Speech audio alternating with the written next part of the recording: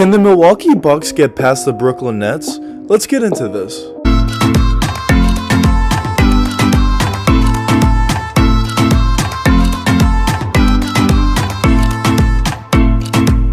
Over the past few seasons, the Milwaukee Bucks have tended to struggle in the NBA playoffs, especially last season losing to the Miami Heat when they were definitely the favorites in the NBA bubble. But this season, they're currently up on that same Miami Heat team 3-0, and they're not only winning, they're dominating the Miami Heat. So it looks like they may have figured out their playoff struggles, at least for now. But now the real question is, with the Milwaukee Bucks looking like they're going to beat the Miami Heat pretty easily, now they're going to play the Brooklyn Nets in the next series, and the real question is, could they actually beat that Brooklyn Nets team? To answer this question, let's break down both teams' weaknesses and strengths and see which team I think could be better and could potentially win the series. Let's start off with the Brooklyn Nets. So of course, when you think of the Brooklyn Nets, you think of the three superstars they have in James Harden, Kyrie Irving, and Kevin Durant. All three of these guys are terrific superstars in this league and terrific scorers in this league. Individually, each one of these guys can score on literally anybody in the league. Nobody can guard any of the three guys. But especially when you combine all three of them together, which was a big question, was would there be enough basketballs to go around with this Brooklyn Nets team with all the superstars they have? Quickly answered that question, and with a resounding yes,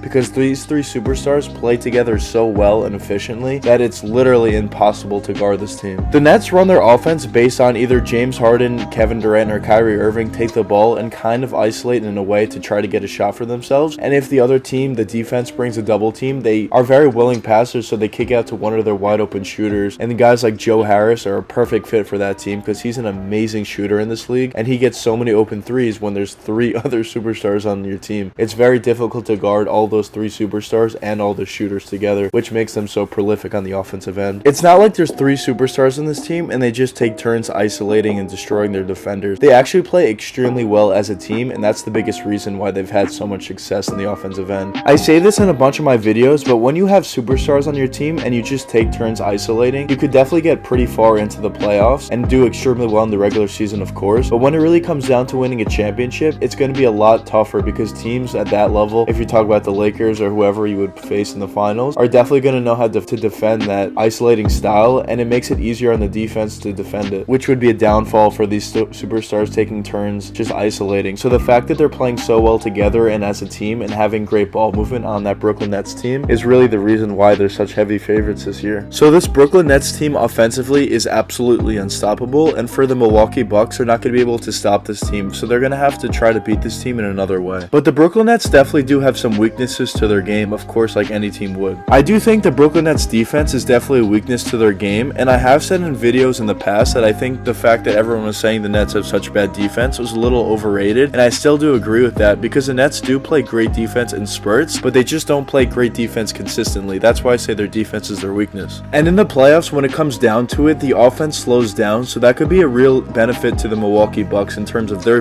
defense being significantly better than the Nets defense. And also in terms of the rebounding count, I could also see the Milwaukee Bucks absolutely dominating the rebound numbers against the Brooklyn Nets, so that would also be a huge advantage to the Milwaukee Bucks, because when you talk about rebounding and offensive rebounding, that's obviously a part of defense as well, and really helps your team win, of course. So reiterating for the Brooklyn Nets, their strength is obviously their offensive ability, and they're almost impossible to stop. Well, they are impossible to stop in the offensive end when they're going, and their weakness is definitely their defensive ability and rebounding. But now let's move on to the Milwaukee Bucks. Let's take their game part by part and tell what their weakness and strengths are. So of course, obviously this season the Milwaukee Bucks definitely improved their roster by getting Drew Holiday, which was definitely a huge improvement for them, but also bringing in other guys that helped them a little bit, like PJ Tucker, also Bryn Forbes for the shooting, and PJ Tucker more for the shooting and defense. Last season and in previous seasons in the playoffs, the reason why the Milwaukee Bucks struggled in the playoffs was because teams put up a wall against Giannis, and when you do that, it was very hard for Giannis to do anything in the game, and he kind of faded away in the playoff games. And then other players on this team would need to step up, but they never really had a guy that could really create for himself and really take the load, offensive load, and really score and win you a game in the playoffs. They did have Chris Middleton, which was decent, but you need some more guys, and they really didn't have that in the past. They literally just had Giannis and all shooters around him, which is usually typically what you want with a guy like Giannis who isn't able to shoot that effectively. You just want all shooters around him. But when you're able to stop Giannis in the playoffs, playoffs and really slow him down and throw him off his game completely. You don't really have another guy that can really take over and help you win that basketball game. So in the playoffs previously, when Giannis was shut down and wasn't really able to do much, it was very hard for them to win any games. You always need more ball handlers and guys who could really create for your team when your stars are struggling, and with the addition of Jrue Holiday, I think that's exactly what he provides. He's just another ball handler that could definitely catch and shoot as well, but he could definitely handle the ball when Giannis or Chris Middleton is struggling and really get a hold of the offense and slow everything down and help them be effective on the offensive end. So far this Milwaukee Bucks team in the regular season and obviously in the first round of the playoffs have been looking extremely good and a lot better than they did in years past. But of course it's still extremely early because the Miami Heat this season, like I just made a video on, are not the same team as they were last year, and this not really a huge test for the Milwaukee Bucks. Obviously it's great to see that they're beating the Heat 3-0 and they're absolutely dominating them in every game, but really the real test would be the Brooklyn Nets and to see how they would fare against them. But for the Milwaukee Bucks on the offensive end, as I just mentioned, the addition of Jrue Holiday is such a big addition for them. Just that throw in another ball handler that can take over in times when Giannis is struggling or Chris Middleton is struggling. And also this season, Chris Middleton in the playoffs so far has definitely also stepped up in a big way as well, which helps Giannis tremendously as well. And Giannis has even been playing a lot better in this season series compared to how he usually would play in other playoff series in the past. So all that is really good for the Milwaukee Bucks. And I definitely think the Milwaukee Bucks offense is definitely very prolific with Giannis, Chris Middleton, and the other guys that can throw at them like Jrue Holiday and also all the shooters they have around them. I think that's very prolific, and I think it's going to give the Brooklyn Nets a lot of problems in the playoff series. And now when you talk about the Milwaukee Bucks defensive ability, unlike the Brooklyn Nets, the Bucks are definitely a very good defensive team, and when you have a guy like Giannis who can guard literally 1 through 5, that's very effective for you. And also Jrue Holiday is an excellent defender. They have some excellent defenders on their team, which definitely I don't think will stop the Brooklyn Nets. I don't think it's really possible to stop them, but if you can slow them down and be very effective on the offensive end for the Milwaukee Bucks, that could be very effective and potentially could win you a few games or even the series for the Bucks. I really do think the Milwaukee Bucks this season have proven that they're so significantly improved this season, especially in the playoffs so far. But the real question is, could they actually beat the Brooklyn Nets in a playoff series? I do think they have a chance based on how they've been playing against the Miami Heat, and I do think it's going to be a lot closer than a lot of people think. But I think overall, I think the Brooklyn Nets are going to take this series against the Milwaukee Bucks. I just think their offensive ability with 3 superstars and how well they play together is just going to be too much for really the Milwaukee Bucks, or maybe even really any team in the NBA. They're just so prolific offensively. It's very difficult to guard. I watched it throughout the entire year where if the Brooklyn Nets turn up their defense, they make it decently hard for the